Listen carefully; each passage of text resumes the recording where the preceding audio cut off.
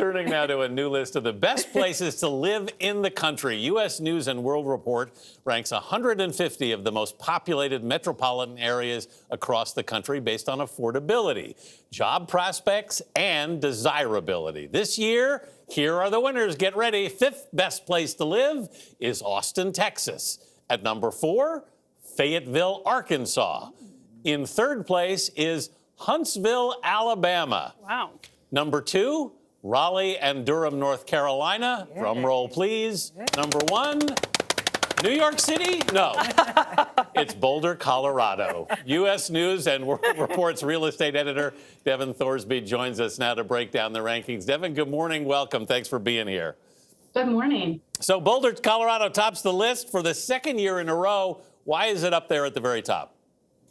Boulder has kind of a natural ability to attract a lot of people who want to move to the area. So it's definitely one of the most desirable places to live in the U.S. It's actually tied for 10th in terms of desirability with New York City, which I find to be an interesting juxtaposition just because they are so different. Yeah. But also Boulder's job market is extremely strong. And despite the fact that the entire country experienced skyrocketing unemployment throughout 2020, Boulder's market was able to remain relatively stable and keep unemployment rates pretty low compared to the rest of the country, which ended up really helping it in best places to live, keeping it to the top. On top of that, it's just one of those places people love the idea of being able to get outdoors and things like that. Easy access to those things. And I think during the pandemic, that's even been amplified more. And so people are eyeing Boulder as an ideal place to move. You mentioned that New York City ranks 10th on desirability. Why don't big cities like New York, L.A., or Chicago rank higher on this overall list? Yes. One thing that we look at, and it's definitely an important aspect that a lot of people consider when they're moving to a new metro area, is affordability and the cost of living. And these biggest cities in the country and their surrounding metro areas are, unfortunately, for a lot of people, not that easy to afford. A lot of people's paychecks have to go toward housing costs, whether that's mortgage payments, rent, property taxes, utilities, things like that. And so the median household income, in a lot of cases, doesn't match up with the median cost of living there. I love Austin, Texas, Devon. Looks like your light just went out on you. But there you go. I love Austin, Texas. So I'm not surprised that Austin made the list. But do the 5 cities that are in the top 5, do they have anything in common? A lot of them offer kind of a smaller major metro setting. So Boulder, Raleigh and Durham, Huntsville, Fayetteville, Austin, they certainly offer kind of the amenities of a big city that people want to see. Definitely when it's not pandemic times, entertainment will come to the area, lots of conferences and things. But it also has sprawling suburbs and areas that allow people to get outdoors. They don't necessarily feel so packed in. And I think that's definitely something that we've seen as a result of the pandemic, partially from desirability, but also people are looking to move to those places as well. And Devon, on that note, what changes and trends have you seen because of the pandemic? It looks like about 1/3 of Americans said the pandemic changed their preferences for where to live.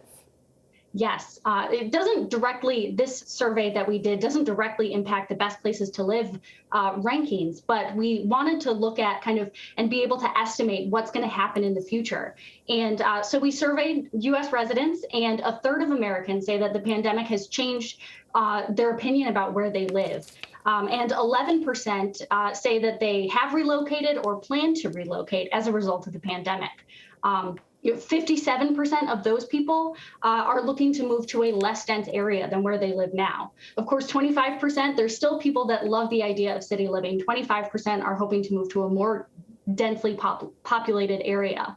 And I think that that's reflected when we see the desirability survey in the best places to live. And down the line, when we look at our long-term net migration, I think we'll see some big differences in a couple of years as a result of the pandemic. I'm trying to figure out, Devon, how you guys determine desirability when you have all of these different cities.